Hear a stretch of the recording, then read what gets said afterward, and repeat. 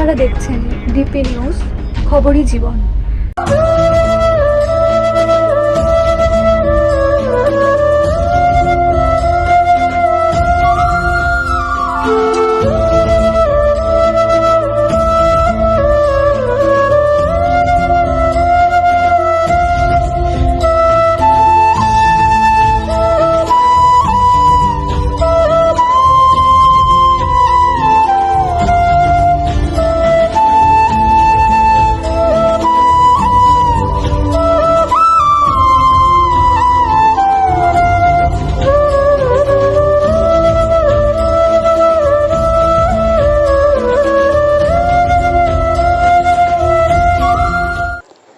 শিশু মনে ঝুলন যাত্রার আনন্দ তুলে দেওয়ার লক্ষ্যেই রাক্ষসবধ থিমকে বেছে নেওয়া হয়েছে। 2017 সাল থেকে একটানা শিশু কিশোরদের মনোরঞ্জন ও প্রবীণদের শৈশবের স্মৃতি রোমন্থন করার উদ্দেশ্য নিয়ে যাত্রা শুরু সেফকন ইন্ডিয়া ও টেম্পল টাচের, জানান উদ্যোক্তা সৌরভ সরকার। তিনি বলেন, আমাদের প্রচেষ্টা যে সফল সেটা ঝুলন যাত্রার প্রাঙ্গণে মানুষের ভিড় প্রমাণ করছে। শিশুরা এখানে এসে কেউ ভয় পাচ্ছে, কেউ বা আনন্দ, সব মিলিয়ে জমজমাট। তবে ঝুলন যাত্রার পাশাপাশি রক্তদান ও মানব সেবার মতো কর্মসূচিও নেওয়া হয়েছে।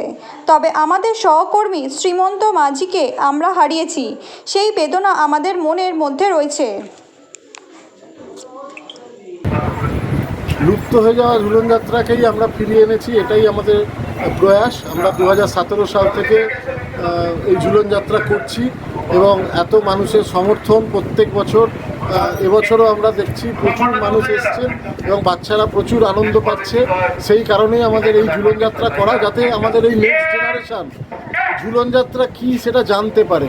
ঝুলন যাত্রা নালে আজকের নেক্সট জেনারেশান জানেই না, আমাদের বাচ্চারা জানেই না ঝুলন যাত্রা কী, সেটা যেন জানতে পারে যে কী ঝুলন যাত্রা উৎসব, এবং সেই কারণেই আমাদের এই ঝুলন যাত্রা করা। এবারে বেসিক্যালি আমাদের ঝুলনের থিম হচ্ছে অশুভ শক্তির বিনাশ, সেই হিসেবেই আমরা থিমটাকে সাজিয়েছি। এছাড়া ঝুলন যাত্রার সাথে আমাদের 18 তারিখ ব্লাড ডোনেশন ক্যাম্প আছে, যেটা প্রত্যেক বছরই থাকে, এবছরও আছে।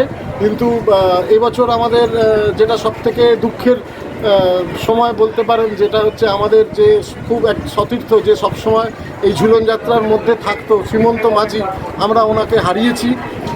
হঠাৎ করে উনি মারা যান, সেটা আমাদের কাছে খুব দুঃখের। তো তার মধ্যে দিয়েও আমরা ওনাকে স্মরণ করে, উনি এবছর নেই আমাদের সাথে, কিন্তু তাও আমরা ঝুলন যাত্রাটা করছি, সমস্ত প্রোগ্রামই করছি। সারা তো আপনারা দেখতেই পাচ্ছেন, প্রচুর মানুষ আসছে, এখনও কতটা লাইন রয়েছে, মানুষ আসছে, মানুষ দেখছে, যথেষ্ট সারা মানুষ এসে সমস্ত বাচ্চারা আনন্দ পাচ্ছে, কেউ ভয় পাচ্ছে, কেউ আনন্দ পাচ্ছে, এটাই আমাদের ভালো লাগে।